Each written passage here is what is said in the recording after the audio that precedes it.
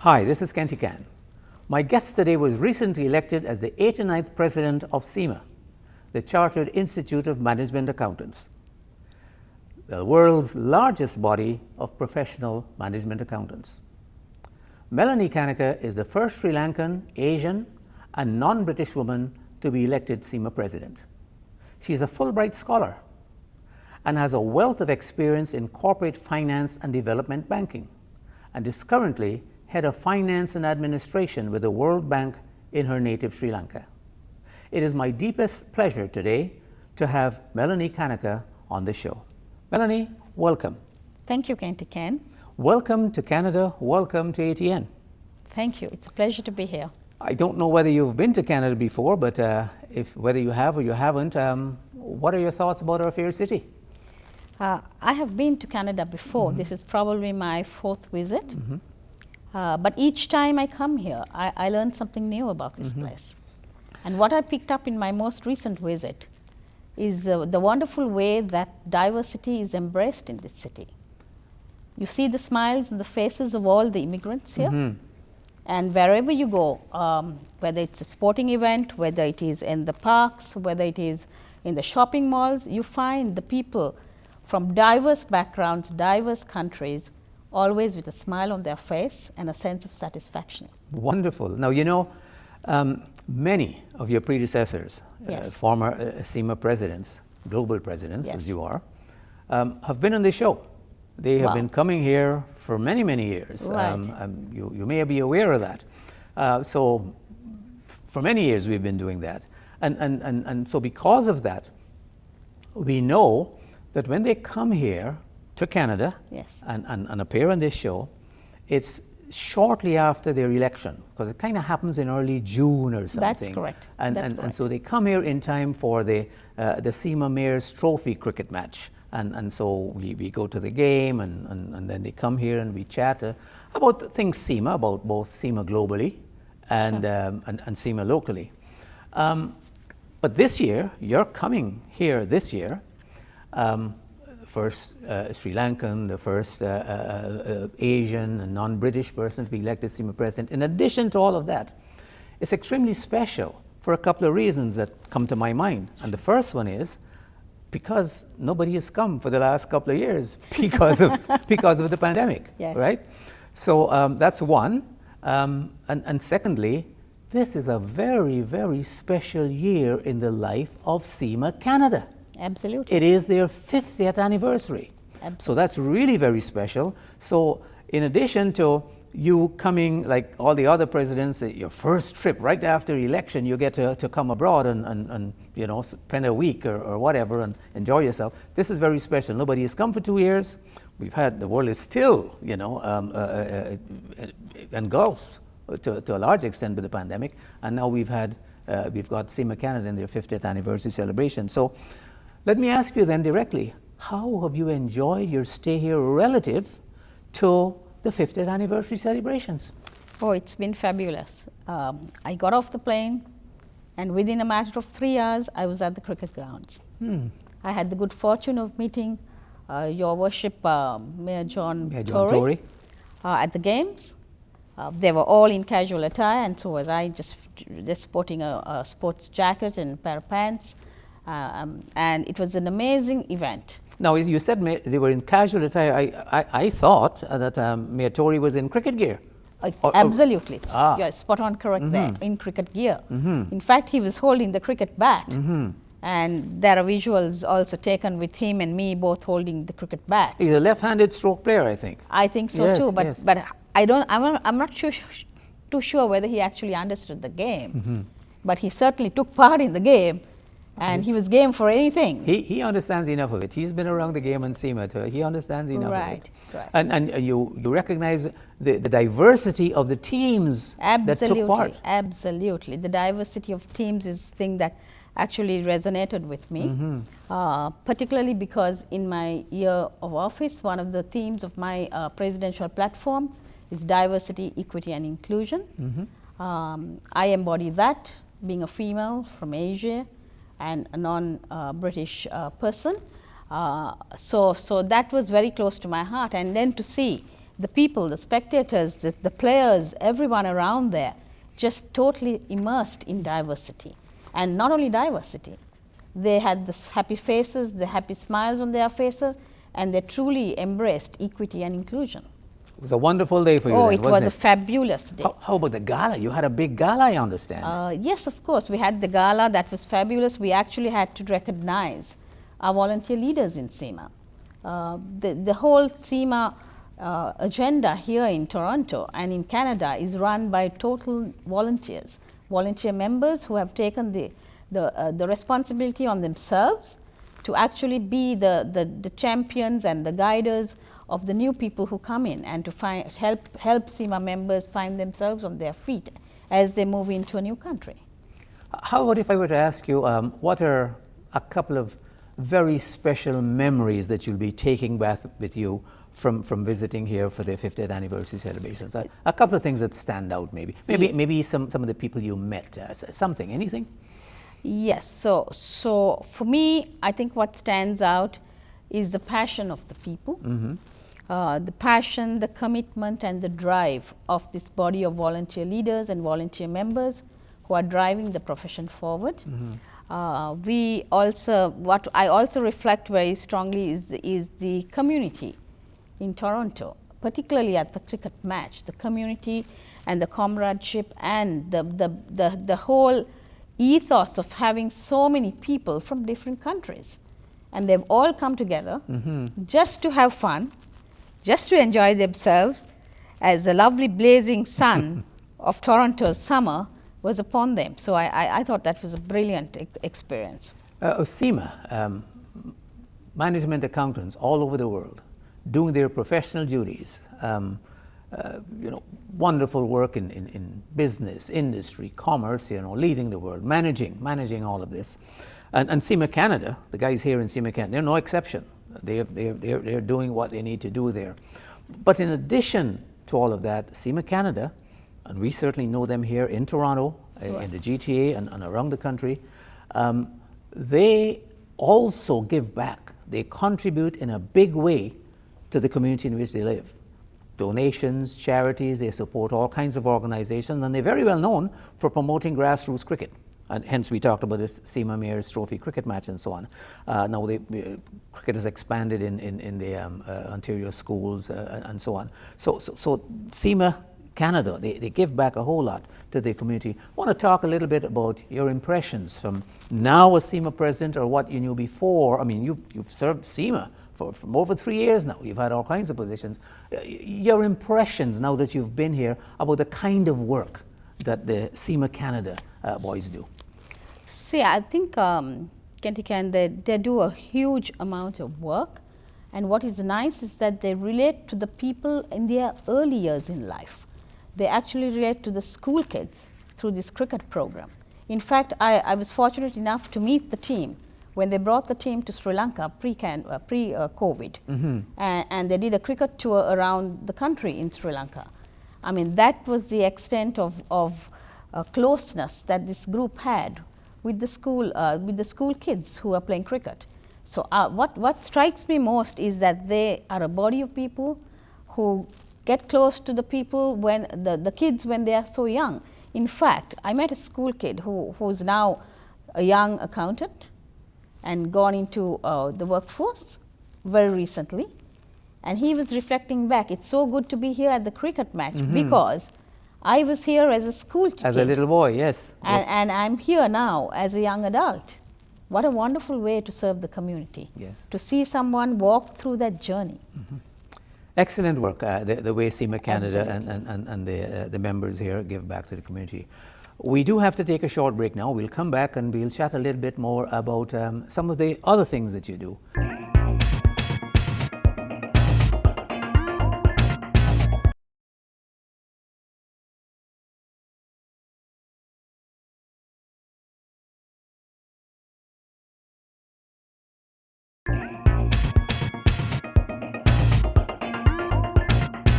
Melanie, this is an important position that you have, head of finance and admin with the World Bank. A Fulbright scholar, you're a person that has you studied, you've been a scholar, and you've earned the right to do what you do. And I don't think too many people understand what the World Bank does. Maybe they think it's just another bank like our banks here, the CIBC or the Bank of America or the Royal Bank of Canada. But I think it's a lot more than that. So I wanted to ask you about the role that you have as head of finance and admin with the World Bank. But before you do that, give us some understanding. Give our viewers an understanding as to what is the World Bank, what role it does. Does it just lend money to governments and environmental groups and so on? I'm sure it does more than that. So give us a sense first about the World Bank and tell us something about the kind of work you do at the World Bank. Yeah, so actually the bank was set up as a reconstruction and development bank right after the wars. So it goes back to 1948 when the bank was set up, and it was really a group of people, countries came together to actually support countries affected by the war and the developing countries in order to bring about development such that we could have meet our mission of alleviating poverty and bringing about shared prosperity. So how we felt, the bank at that time felt that they could do this was really to team up with the host government. So as an institution, our main client is the host government of any country. And what we do here is we actually propagate equity and development projects that would bring about alleviation of poverty and bringing about shared prosperity for the entire community and for the entire country. So we identify various projects that would actually spin along to bring this development. Basically, if I may give you some examples, in the field of education, we would probably provide money for projects engaging in developing the rural schools, increasing the teachers' skill set in the teacher community. And if you were to move on to health, it is about developing the rural hospitals, bringing about facilities for the hospitals so that they can meet the needs of the poorer people outside of the main cities. Then if we were going to look at rural development, it's about improving the rural atmosphere. And of course, in all of these, we are mindful of the sustainability element.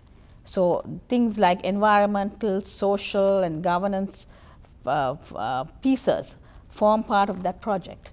We wouldn't want to invest in a project that would harm the environment. Who originates these projects, though? How's the World So Bank they're get done involved? in dialogue. They're done in dialogue with the government. I see. And how we channel the money is through the treasury, the government, that particular government's treasury, and then it flows into the various line ministries, depending on the type of project that we are engaging in. So it's basically project development work.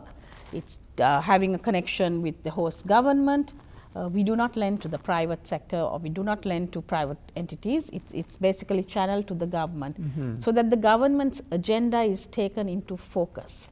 See, if a government is not committed to something, it is never going to move forward. So we would look at it in terms of, because at the end of the day, some of it is grants, some of it is loans. And the loans have to be repaid back. And since we are dealing with the host government, it's a responsibility of the host government to pay those loans back. So they have to be committed to the cause that we are giving the money to. So the bank was really set up so that they can actually bring about shared prosperity with all the communities in the country. So we channel monies to various projects that the government is also committed to, because otherwise that will not fly.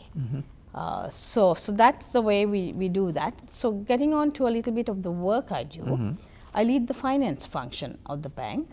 So we actually look at how the money, the country envelope, as in the money envelope, is distributed between the various projects that meet those needs that I spoke to you about before.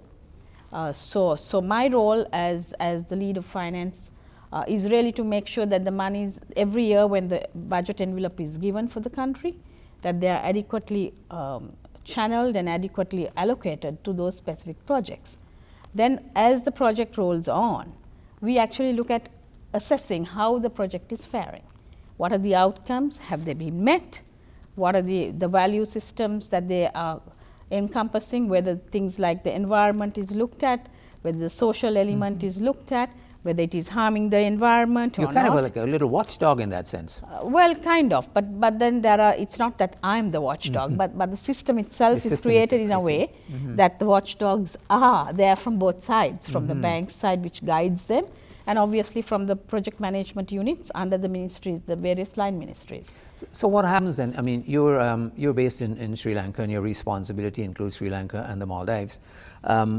Does that mean somebody else has your position in, I don't know, India, in China, Absolutely. in the West Indies? So basically, how we formulate these is we have a country management unit, and just for the record, the country management unit that covers Sri Lanka also covers Maldives and Nepal.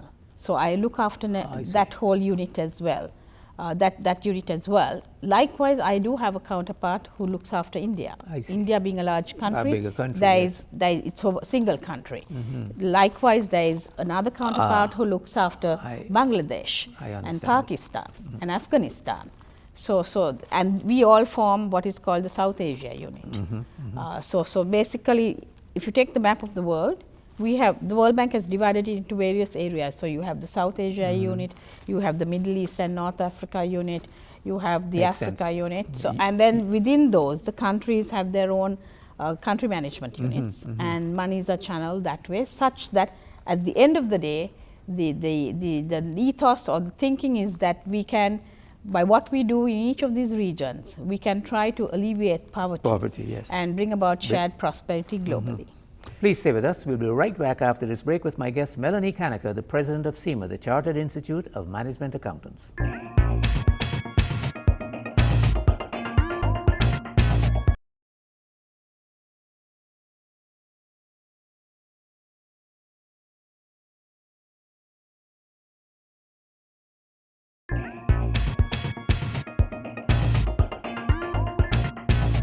Melanie, I said at the beginning that there are a couple of very special reasons why you as CIMA Global President came to Canada this time. One was because of the 50th anniversary celebrations for CIMA Canada. And secondly, we haven't had somebody in your position, CIMA Global President, come here for the last couple of years, all because of the pandemic. And we know how the pandemic has changed this world. They've changed it in ways that may never it'll never revert to what the status quo used to be. So obviously we can't, when I ask you this, we can't tackle a question as to tell me everything that changed with the pandemic, but certainly where you sit and the kind of work you do, both for the World Bank and in CIMA, and your own experience in finance and admin, how has the pandemic changed the world that you live in, the world that you see in your experiences? What are some of the changes? I think one of the main changes that the pandemic has brought is the concept of working without seeing each other. So with that, obviously what has come to play is the heavy reliance on technology. Had it not been for technology, the world would have halted right after the pandemic or at the time of the pandemic. So technology brought the world to become a smaller place. That was a challenge, that the fact that you could not meet in person, you could not have your physical meetings, you couldn't have your physical engagements. But however, technology came in the midst of it to bring about the possibility of bringing people together, of course, virtually. So I think there was the challenge, and there was a way to overcome the challenge thanks to technology. And that brings me to another point, which is also pretty important, is the future of finance. And that is why we say the world has changed, the future of finance has changed. We have to now look at doing things a lot differently than what we did in the physical realm, because a 100% physical realm is never going to come back to play, like you quite rightly alluded to a short while ago. So with that, I think we have brought about, for example, we do have, CIMA is a global organization that cuts across many countries, something like 196 countries.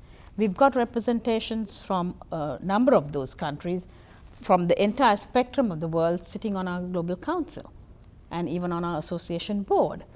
So when we have to meet, rather than fly across the world, halfway across the world and create a carbon footprint, we do have to find another way of meeting And the pandemic actually brought sight to that other way, which is technology, Zoom, Teams, all kinds of platforms that we can meet on. Obviously, there's a different side to that. We are cutting across time zones. So it's the commitment levels have to rise. Yes. The individual commitment levels have to rise to meet that.